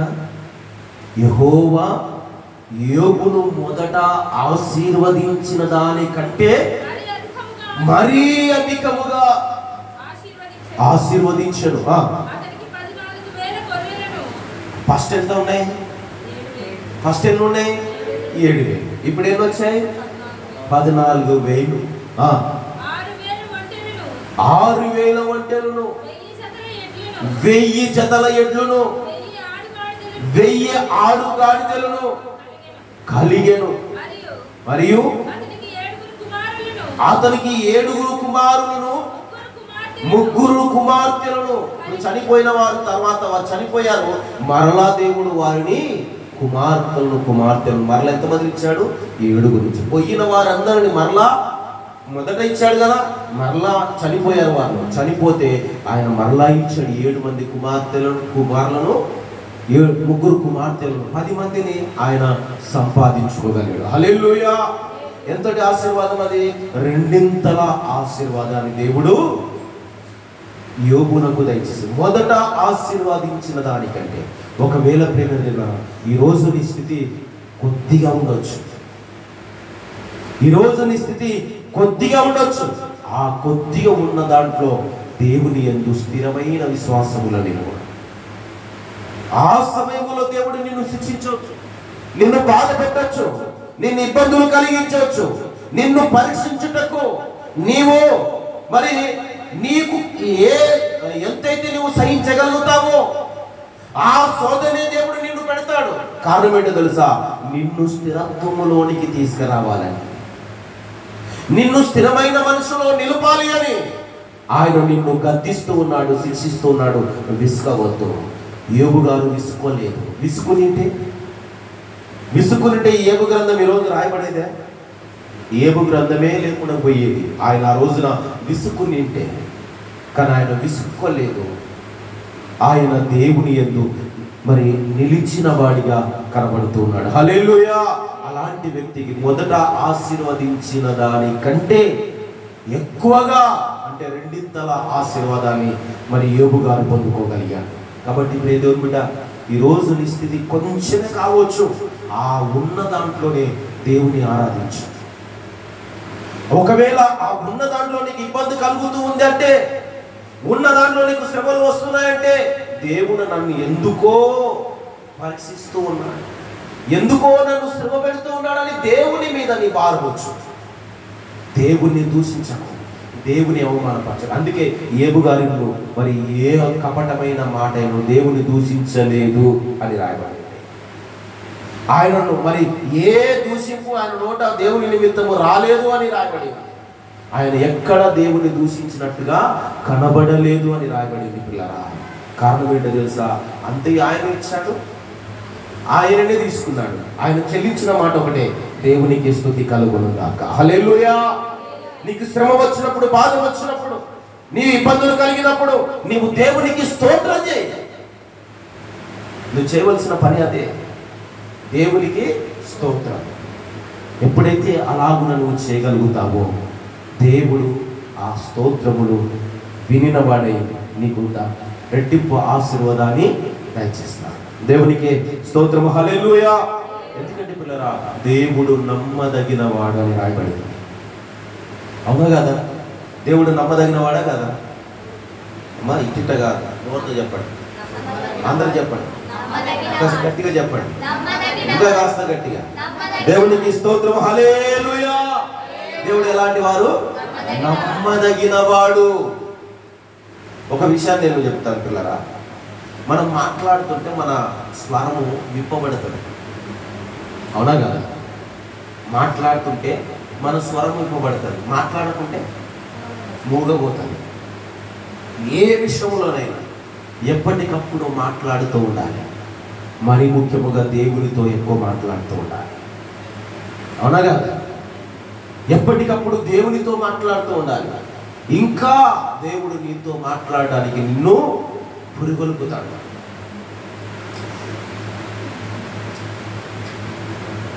ఏదో తింటున్నట్టుగా మనము నమ్మిలామనుకోండి, నిన్ను నమ్మిల తట్టే చేస్తాడు ఆయన. నమ్మిల తట్టు చేసి నల్ల కొట్టేస్తాడు. ఏం మాట్లాడతలేదు, ఏం కావాలో నాకేం తెలుస్తుంది అని చెప్పి ఏం చేస్తాడు దేవుడు? నీ వైపు చూడడమే మానేస్తాడు. అవునా కదా? నిజం చెప్పండి, ఎవరి వైపు చూస్తాడు దేవుడు? ఎవరి వైపు చూస్తాడంటే ఒకసారి చూడండి. కీర్తన గ్రంథం 14:2 కీర్తన గ్రంథం 14వ అధ్యాయము 3వ వచనం చూడండి. యెహోవా ఆకాశం నుండి చూసి నరులను పరిశీలించెను.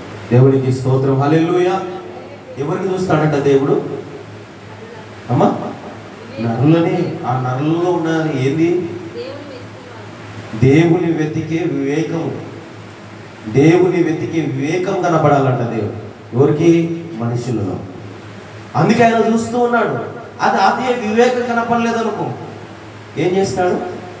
అరే నా వల్ల కాదులే, ఇంకా చూసుకోను అంటాడు. ఎందుకని? సాధారణానికి ఎందుకు అప్పగిస్తాడు? ఆ రీతిగా బుద్ధి వచ్చి దేవుడా అప్పుడు అంటారు. అప్పుడు గుర్తొస్తారు. దేవుడు ఎప్పుడు గుర్తొస్తాడు చెప్పండి?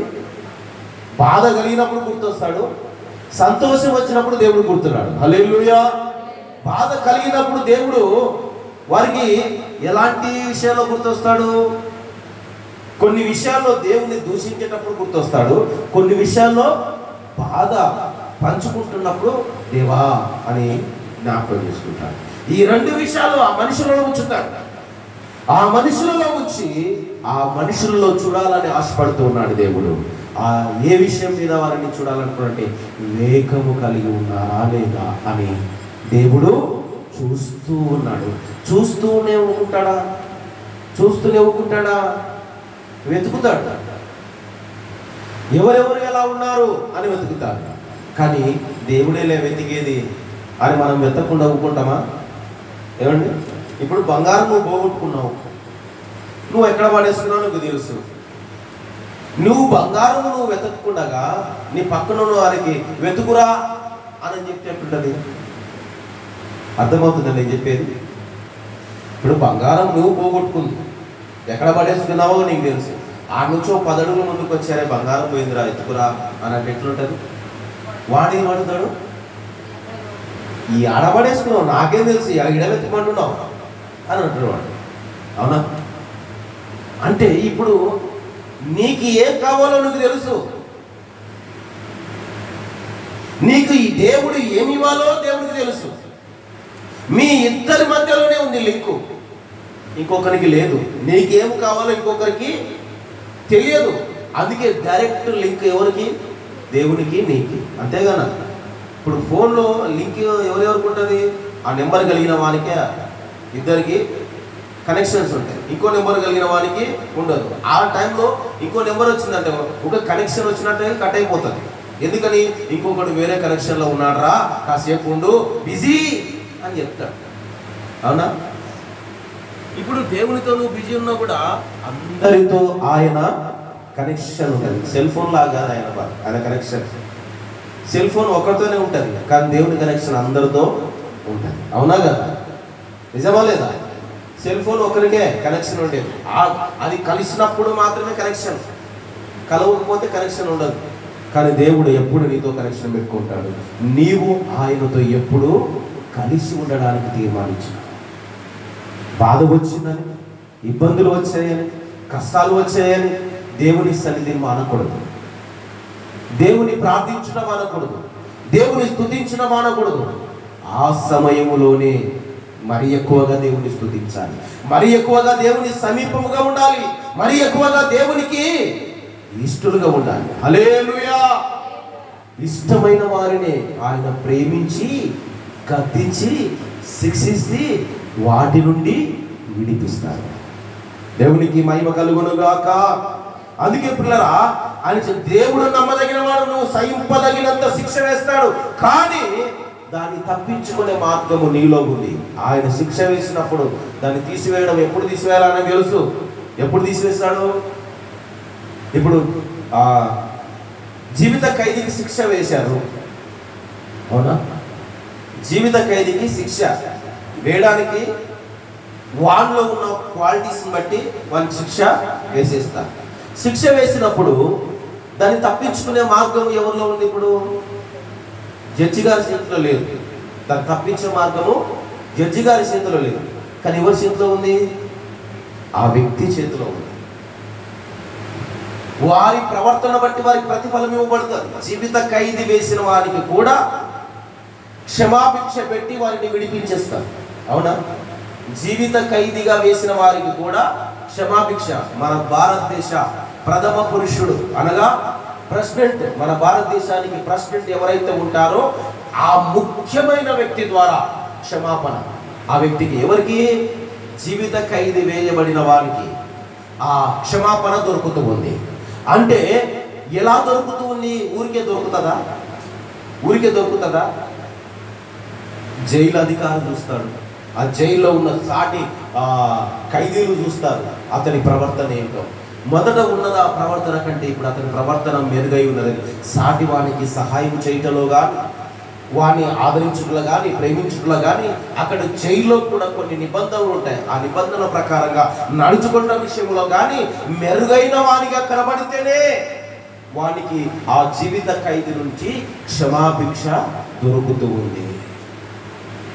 అందుకే కొందరిని ఆగస్టు 15 కానీ, జనవరి 26వ తేదీ కానీ, రిపబ్లిక్ డే కానీ, ఇండిపెండెన్స్ డే కానీ కొంతమంది ఖైదీలను విడుదల చేస్తూ ఉంటారు. ఎవరిని? వారి ప్రవర్తన బట్టి జీవిత ఖైదీగా శిక్ష విధింపబడిన వారికి. ఎందుకని? వారికి శిక్షించాడు. ఆ శిక్షించడం ఎందుకు? వారి ప్రవర్తనలో మార్పు రావాలి అని, వాడు అన్ని విషయాలు తెలుసుకోవాలని.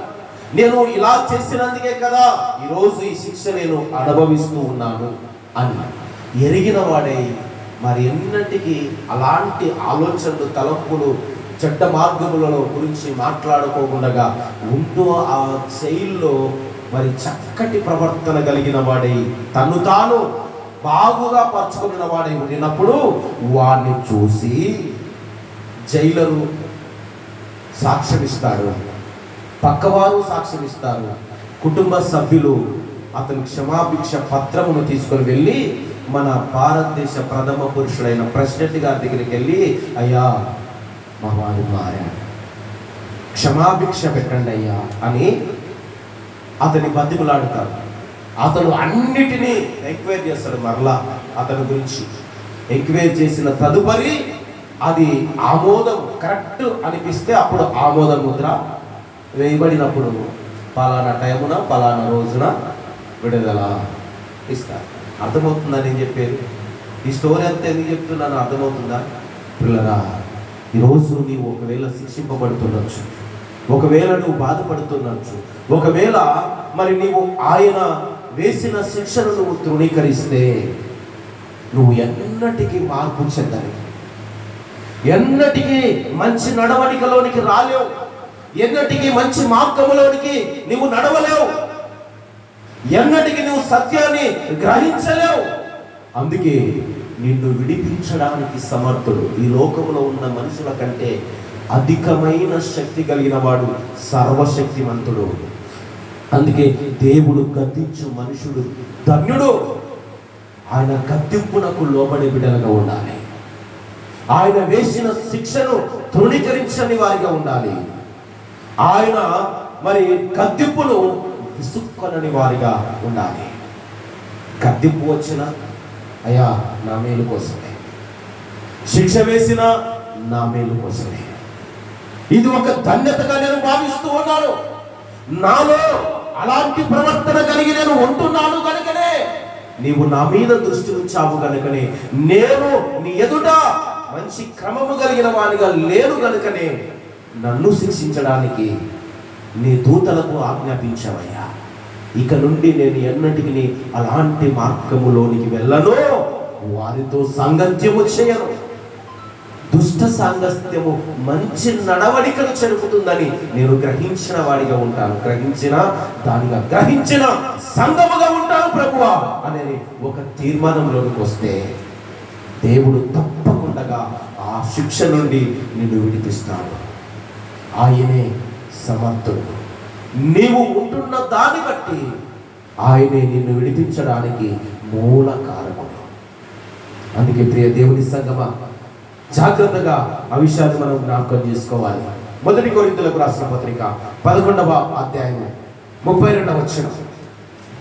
11వ అధ్యాయము 32వ వచనం. 1 కొరింథీయులకు అపోస్తలుడైన పౌలు గారు ఆ 1 కొరింథీ సంఘానికి రాస్తూ ఆ మొదటి పత్రికలు రాస్తూ ఉన్నాడు. అక్కడ 2 పత్రికలు రాశాడు. రెండవ పత్రికను రాశాడు, మొదటి పత్రికను రాశాడు. ఈ మొదటి పత్రికలో ఆ సంఘమునకు రాస్తూ, ఆ సంఘములో ఉన్న బిడ్డలకు రాస్తూ ఆ విషయాన్ని జ్ఞాపకం చేస్తున్నాడు ఆయన. చదవండి అయ్యా. మనము ఉందమ్మా మాట 11వ అధ్యాయం 32వ వచనం. మనము తీర్పు పొందిన ఎడల లోకముతో పాటు మనకు శిక్షావిధి కలుగునట్లు కలుగకుండునట్లు ప్రభు చేత శిక్షింపబడుచు ఉన్నాము. దేవునికి స్తోత్రం. హల్లెలూయా. తీర్పు ఎవరికి జరుగుతుంది? తీర్పు ఎవరికి? ఇందాక చెప్పాను మీకు విడమరిసి. తీర్పు ఎవరికి జరుగుతుంది? తప్పు చేసిన వారికి తీర్పు. ఏ తీర్పు? ఎంతకాలము వేయాలి అని జడ్జి గారు తీర్పు ఇస్తే అంతకాలము ఆ తీర్పులో వాడు ఉండవలసిందే, దాన్ని అనుభవించవలసిందే. అయితే ఇక్కడ అంటాడు, లోకముతో పాటు మనకు శిక్షావిధి కలగకుండునట్లు. ఎవరితో? లోకమును ఆల్రెడీ తీర్పు తీర్చేశాడు. వారు ఎంతకాలం ఉండాలో దేవుడు వారికి శిక్ష అనేది నిర్ణయించేశాడు. అయితే మనము అనగా ప్రభు అయిన క్రీస్తు స్వరక్తములో కడగబడిన సంఘమై ఉన్న మనము, ఆయన యందు విశ్వాసం ఉంచబడిన మనము, ఆయన నీతిని అనుసరించుచున్న మనము, ఆయన శక్తిని ఎరిగిన వారమై మనము, ఆయన సత్యమును అనుసరించుచున్న మనము లోకముతో పాటు శిక్షను అనుభవించకుండానట్లు. అక్కడ చెప్తున్న మాట ఏంటి? శిక్షావిధి కలగకుండానట్లు ప్రభు చేత శిక్షింపబడుచున్నాము. రెండు విధాలుగా ఒకటి తప్పు చేసిన వానికి శిక్ష ఉంది, తప్పు చెయ్యని వానికి కూడా శిక్ష విధింపబడుతుంది. ఎందుకంటే శిక్షావిధి కలగకుండానట్లు, ఏ శిక్ష? లోకములో వేసబడిన శిక్ష అది కలగకుండానట్లు మరలా శిక్షింపబడుతూ ఉన్నాము. ఆల్రెడీ బంగారంగా ఉంది, ఇంకెందుకు కరగొట్టగలండి? సువర్ణముగా ఉంది ఆల్రెడీ, దాన్ని ఎందుకు కరగొట్టాలి? సువర్ణముగా ఉంది, అది బంగారం కాకముందు మరి సువర్ణముగా ఉంది. ఆ సువర్ణములో నుంచి మలినము పోవాలి అంటే శుద్ధ సువర్ణమైన బంగారముగా మార్చబడడానికి ఎక్కడ నలగొట్టబడుతుంది? అది ఎక్కడ కాల్చివేయబడుతుంది? కొలిమిలో కాల్చివేయబడుతుంది.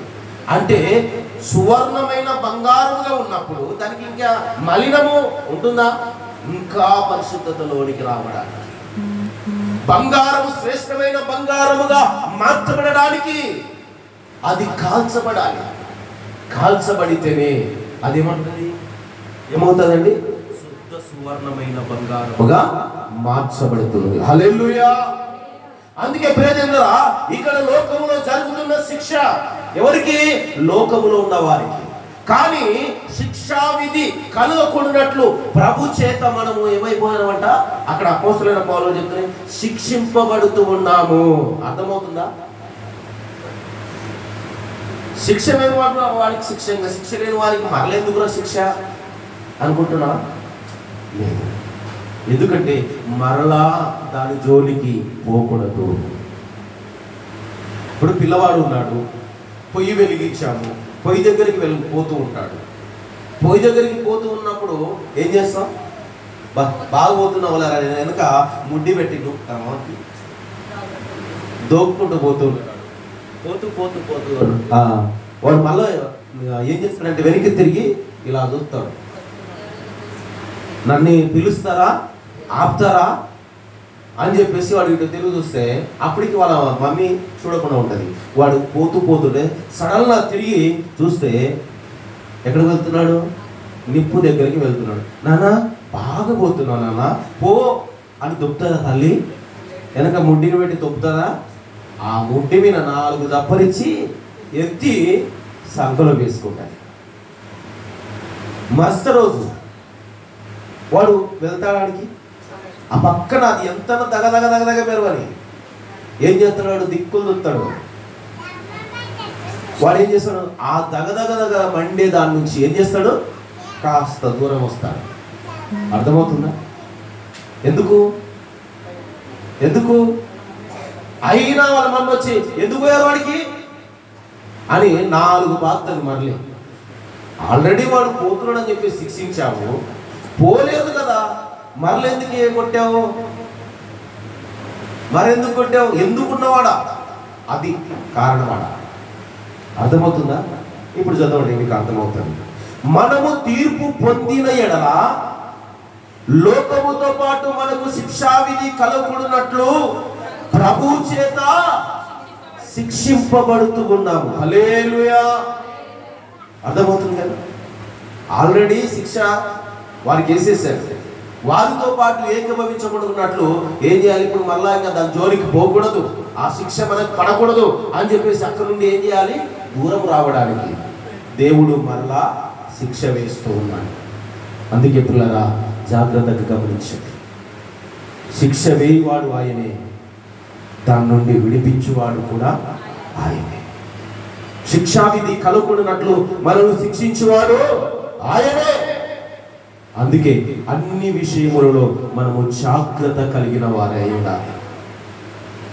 ఒకని మార్గము వానికి యథార్థంగా కనబడుతుంది, అది తుదకు మరణమునకు దారితీస్తుంది. కాబట్టి ప్రియమైన దేవులారా, ఇటు విషయాలు మనము జాగ్రత్తగా గమనించి మనము మరలా ఎన్నటికీ ఈరోజు తప్పించబడిన ఆలోచన మరలా మనము దాని దగ్గరికి వెళ్ళకూడదని శిక్షిస్తూనే ఉన్నాడు దేవుడు. ఆ శిక్ష నుండి మనము తప్పించబడాలంటే సంపూర్ణతలోనికి రావాలి. సంపూర్ణతలోనికి వచ్చితే ఇంకెన్నటికీ నీ శిక్షకు మనము కారకులము కాదు. అందుకే ఆయన చెప్పిన ప్రకారంగా ఎబ్రీయులకు రాసిన పత్రిక 12వ అధ్యాయం 5వ వచనం. ఎబ్రీయులకు రాసిన పత్రిక 5వ అధ్యాయం 12వ వచనం. త్వరగా చదవండి.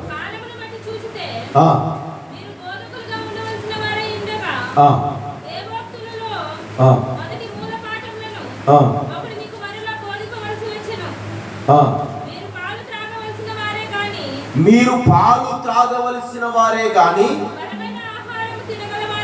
బలమైన ఆహారమును తినగలిగిన వారు కారు. పాలు తాగు ప్రతి వాడును శిశువే గనుక నీతి వాక్య విషయములలో అనుభవము లేని వాడై ఉన్నాడు. హల్లెలూయా. దేవుని దగ్గరికి వచ్చిన వారందరూ ఎలాంటి వారై ఉన్నారంటే అనుభవము లేని వారై ఉన్నారు. ఆ అనుభవములు నేర్చుకునే వారముగా మనం ఉండాలి. ప్రభు శిక్ష మన మీద ఉన్నప్పుడు దానికి మనము లోబడే వారముగా ఉండాలి.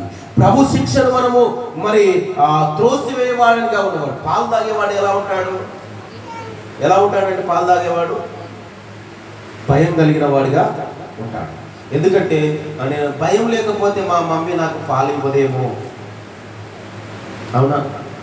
దేవునికి స్తోత్రం. హల్లెలూయా, హల్లెలూయా. అందుకే ప్రియమైన దేవునిలారా, భయం అనేది చాలా ప్రాముఖ్యం. దేవుని సంఘమునకు భయం కావాలి. దేవుని బిడ్డలనబడిన వారికి కూడా భయం కావాలి.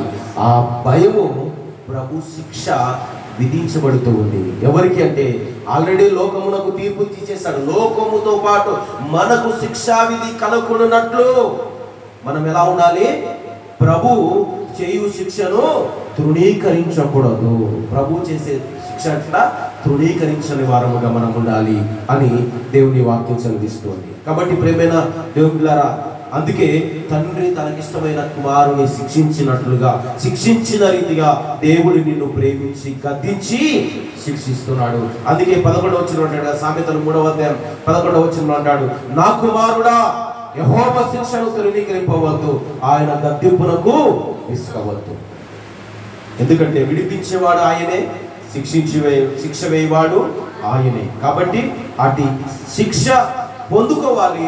ఆ శిక్షను తప్పించుకునే మార్గమును మనము దేవునిలో వెతికి దాని నుండి తప్పించుకోవాలి. అందుకే ఆ రోజున షడ్రక్ మెషకులు అన్నారు, ఒక మాట అంటారు, అయ్యా మీరైతే శిక్షిస్తున్నారు, ఓకే, మా దేవుడు మమ్మల్ని రక్షించగలడు.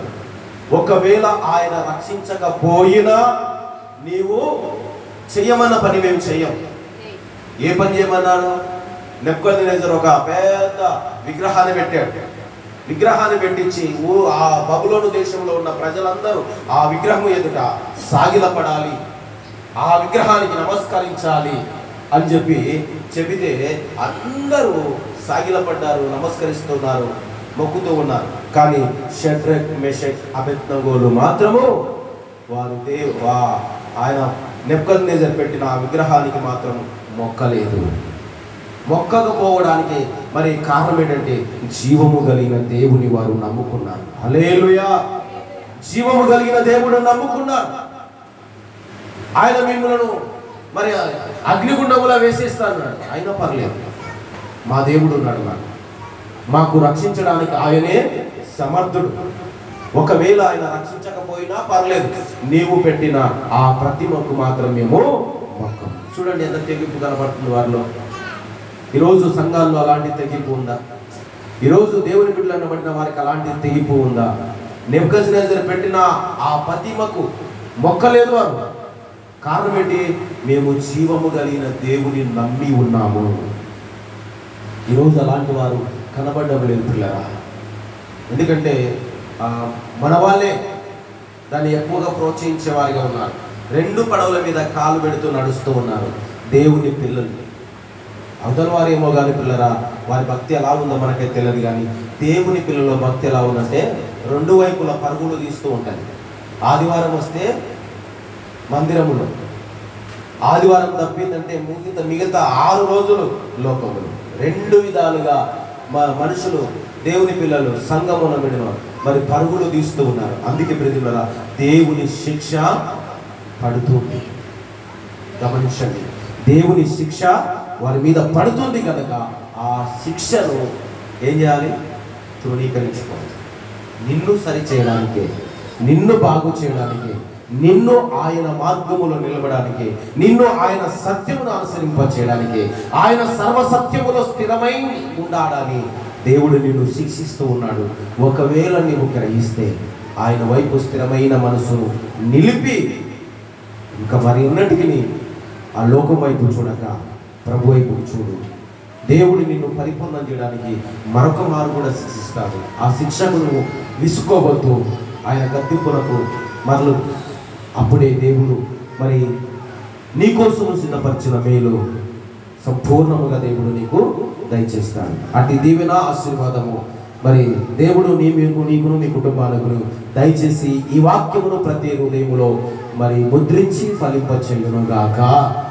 ఈ వాక్య ప్రకారంగా ప్రతి బిడ్డ నడుచుకొందురుగాక. ప్రార్థించుకుందాం. విత్తబడిన కానుక నిమిత్తమై చెప్పబడిన సందేశం నిమిత్తమై ప్రార్థన చేసుకుందాం. అందరూ తల్లు వచ్చి కళ్ళు మూసుకున్నట్లయితే ప్రార్థన. మహోన్నతుడా, పరిశుద్ధుడా, ప్రేమ స్వరూపుడా, మహోన్నత గల తండ్రి, నీ శ్రేష్టమైన నామమునకు కృతజ్ఞత స్తోత్రములు చెల్లిస్తూ ఈ ఉదయకాల సమయమున నువ్వు మాట్లాడావు తండ్రి. ఆయన శిక్ష వేయవాడవు, దానికి శిక్ష వేయడానికి సమర్థుడవు నీవే, శిక్ష నుండి విడిపించుటకు కారకుడవు నీవే. అందుకే సమస్తమును నీ పాదచింతలా వచ్చి ఉన్నాం ఈ దినాన. ఆయన మనుషులందరూ ఏ రీతిగా ఉన్నారో, మరి నీ యందు విశ్వాసం ఉంచబడిన సంఘమే ఏ రీతిగా ఉన్నదో నువ్వు ఎరిగి ఉన్నావు. సమస్తమును ఎరిగిన దేవుడవని ప్రభా నీ పాదాల చింత చేరి మొరపెడుతూ ఉన్నాం. ప్రతి బిడ్డను విడిపించండి, శిక్ష నుండి తప్పించండి నాయనా. మరి సువర్ణముగా వారిని పరిశుద్ధమైన వారిగా నీ సన్నిధులు నిలుపుతావని ఆశిస్తూ ఉన్నాను. మహిమ ఘనత ప్రభావాలు మీకు ఆరోపణ చేస్తూ ఈతబడిన ఈ కానుకను దేవా మరి చెప్పబడిన ఈ సందేశాన్ని దీవించండి, ఆశీర్వదించండి. ప్రతి బిడ్డ హృదయములో ఈ నామానికి మహిమకరంగా వారిని మరి తీర్చిదిద్ది మోడు వారిన హృదయంలో చిగురింప చేయమని, ఈ సందేశము ద్వారా ప్రతి ఆత్మను పురిగొల్పమని అయినా మరి సాతానుడు ఎత్తుకొని పోకూడనట్లు నీ నామానికి మహిమ ఘనత ప్రభావాలు ఆరోపించుకుంటూ మా రక్షకుడు యేసుక్రీస్తు పరిశుద్ధమైన నామములో ప్రార్థించి అడిగి వేడుకొని పొంది ఉంటున్నాము తండ్రి. ఆమేన్.